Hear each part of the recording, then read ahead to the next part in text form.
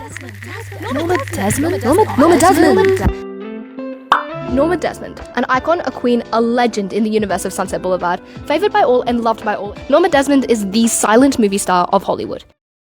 Or at least this is what she tells herself. However, as soon as we start to take a closer look into the life of Norma Desmond and how her universe has been carefully constructed to reflect a long-shadowed image of her stardom, we start to discover the cracks. They appear everywhere in her house, in her mind, and most especially in her relationships. For this is where she finds the most solace in her delusions. People who uphold her illusion of fame, who shower her in love.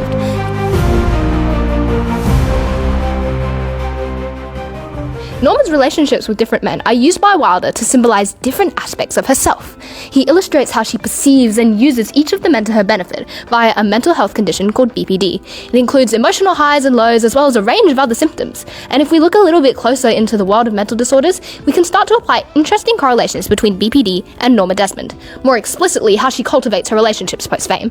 We're going to take a look at her love interests, how her relationships are infected with her BPD, the purpose of this, and how audiences are affected by Norma. While there's only a time to explore a few love stories, the two examples carefully represent how Norma tends to fall in love with herself. Men who are merely mirrors that expertly reflect her.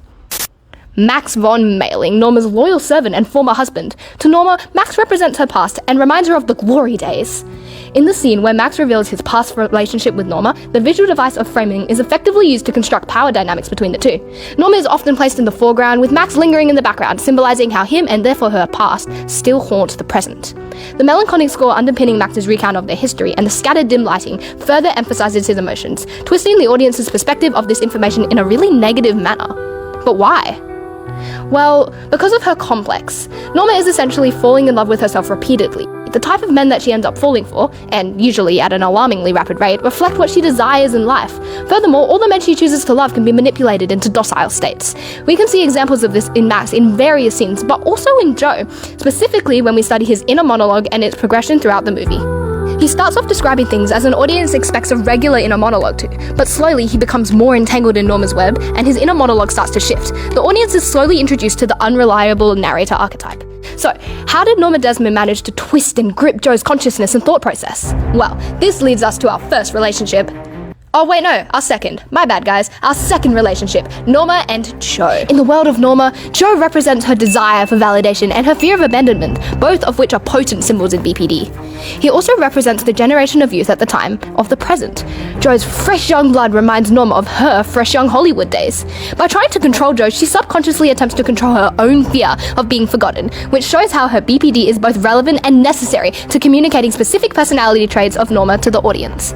Another key scene that exemplifies this is when she discovers that Joe is planning to leave her.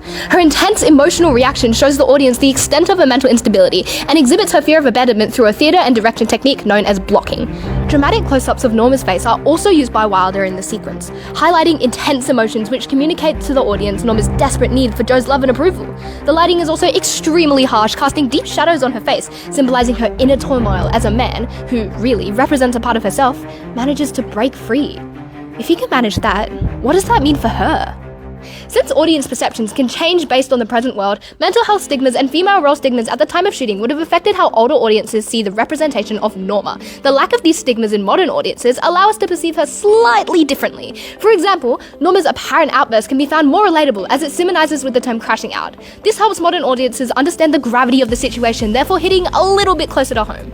The show is also highly relevant to modern audiences because of the different character dynamics of the actors and the experiences that Norma herself goes through. We're all scared of being forgotten. Part of the reason why Norma's behaviour is so disturbing is because she's reflected so often in the modern world around us.